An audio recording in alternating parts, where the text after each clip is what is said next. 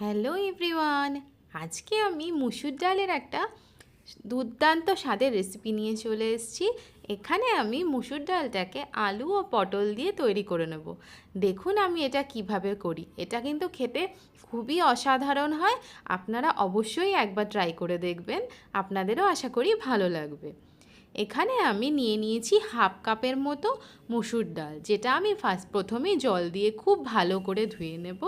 ধুয়ে আমি এটা পরিষ্কার জলে প্রায় 10-15 মিনিটের জন্য ভিজিয়ে রেখে দেব। আপনারা চাইলে আরও বেশিক্ষণ ভিজিয়ে রাখতে পারেন।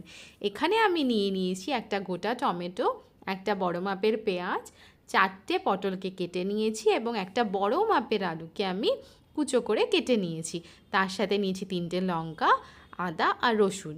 আদা রসুনটা আমি এখানে কুচি করে রেখেছি পেস্ট করার জন্য। এবার দেখুন আমি কড়াইতে তেল গরম করে নিচ্ছি প্রায় 2 টেবিল স্পুনের মতো।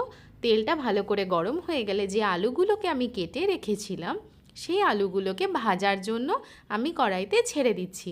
আলুগুলোকে আমি বেশ কিছুক্ষণ নাড়াচাড়া করে নেব। তাতে দেখুন আলুগুলো আস্তে আস্তে ভাজা হয়ে যাবে, বেশ কিছুটা সিদ্ধও তার সাথে হয়ে যাবে।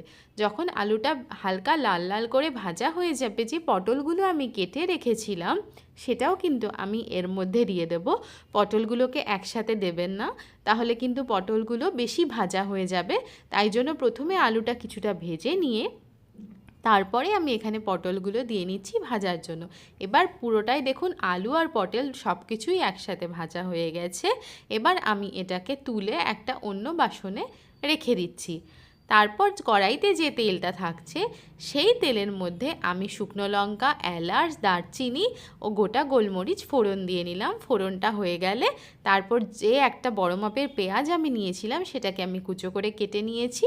সেই পেঁয়াজটাকে আমি ওই তেলের মধ্যেই ছেড়ে দিচ্ছি ভাজার জন্য।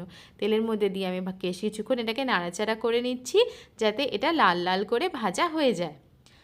দেখুন এর মধ্যে আমি সামান্য লবণও দিয়ে নিচ্ছি যাতে পেঁয়াজটা ভালো মতো ভাজা হয়ে যায়। লবণ দিলে পেঁয়াজটা অনেকটা তাড়াতাড়ি ভাজা হয়ে যাবে। বেশ কিছুটা ভাজা হয়ে যাওয়ার পরে আমি অন্য মশলাগুলো দেব। তার জন্য আমি এখানে মশলার পেস্টটা তৈরি করে নিচ্ছি।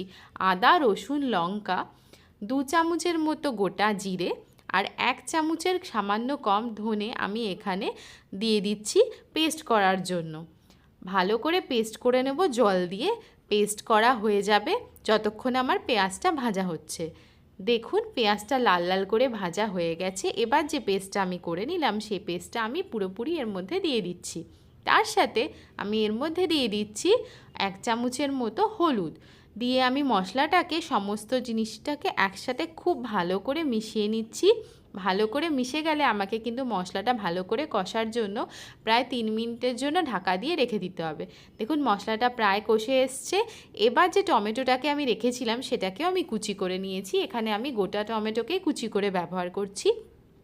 আপনারা চাইলে পেস্ট ব্যবহার করতে পারেন টমেটোর, কিন্তু আমার মনে হয় এইভাবে ব্যবহার করলে পরে একটু হালকা হালকা লালচে ভাব থাকবে। যখন রান্নাটা পুরোপুরি কমপ্লিট হবে তাতে কিন্তু এটা দেখতেও অনেক সুন্দর লাগবে। তাই জন্য আমি এখানে পেস্ট ব্যবহার করলাম না, এভাবেই আমি মশলাটা কষিয়ে নিচ্ছি। এখানেও আমি প্রায় আরও 2 মিনিট ঢাকনা দিয়ে প্রায় রেখে দিলাম। তারপরে ঢাকনা তুলে দিয়ে যখন কষে গেছে তখন যে ডালটা আমি জলের মধ্যে ভিজিয়ে রেখেছিলাম সেই ডালটা জল ঝেড়ে নিয়ে আমি এই ডালটার মধ্যে মশলাটার মধ্যে দিয়ে দেব। মশলাটার সাথে এবার আমি ডালটাকেও ভালো করে নাড়াচাড়া করে নেব যাতে কষানো মশলাটার সাথে ডালটা খুব ভালো করে মিশে যায়। ডালটা যতক্ষণ না মিশে যাচ্ছে ততক্ষণ আমি ভালো করে নাড়াচাড়া করছি। প্রায় 1-1.5 মিনিটের মতো মিডিয়াম আঁচে আমি ডালটাকে মশলার সাথে খুব ভালো করে নাড়াচাড়া করে নিলাম। তারপরে যে আলু আর পটলগুলো আমি ভেজে রেখেছিলাম সেগুলোও কিন্তু আমি এর মধ্যে দিয়ে দেব যাতে সব কিছুকে আমি একসাথে মিশিয়ে নিতে পারি। সেক্ষেত্রে কিন্তু মশলার সাথে খুব ভালো মতো সব কিছু মিশে যাবে এবং খেতেও অনেক ভালো হবে যখন রান্নাটা কমপ্লিট হবে। তারপরে এটাকে আমি প্রায় আরও 1-1.5 মিনিটের মতো নাড়াচাড়া করলাম। তারপরে আমি এর মধ্যে জল দিয়ে নিচ্ছি। এখানে কিন্তু আমাকে অবশ্যই গরম জলই ব্যবহার করতে হবে, রান্নার মধ্যে কিন্তু ঠান্ডা জল ব্যবহার করবেন না। গরম জল ব্যবহার করলে কিন্তু রান্নার স্বাদ অনেক ভালো আসবে। দেখুন আমি এখানে জল দিয়ে নিয়েছি প্রায় 1 গ্লাসের মতো। জলটা দেওয়ার পরে আমি জলটাকে সব কিছুর সাথে মিশিয়ে নিয়ে আবারও এটাকে আমি কম আঁচে ঢেকে দিলাম। প্রায় 5 মিনিটের জন্য ঢাকা দিয়ে রেখেছিলাম। ঢাকনা তুলে দেখুন আমার ডালটা প্রায় সিদ্ধ হয়ে এসছে, তার সাথে আলু পটলগুলোও সিদ্ধ হয়ে গেছে। এবার আমি এর মধ্যে গরম মশলার গুঁড়ো ছিটিয়ে দিচ্ছি প্রায় 1 চামচের মতো। গরম মশলার জন্য স্বাদটা আর গন্ধটা কিন্তু খুবই ভালো হবে। গরম মশলাটা দিয়ে নাড়াচাড়া করে মিশিয়ে নিলাম। তারপরে আমি এখানে 1 চামচের মতো ঘিও দিয়ে নিচ্ছি। ঘি আর গরম মশলাটা কিন্তু কখনোই স্কিপ করবেন না, তাতে কিন্তু রান্নার স্বাদটা চেঞ্জ হয়ে যাবে। এই দুটো দিয়ে ভালো করে নাড়াচাড়া করে দেখুন অনেকটাই মাখা মাখা হয়ে গেছে, আমার রান্না প্রায় কমপ্লিট।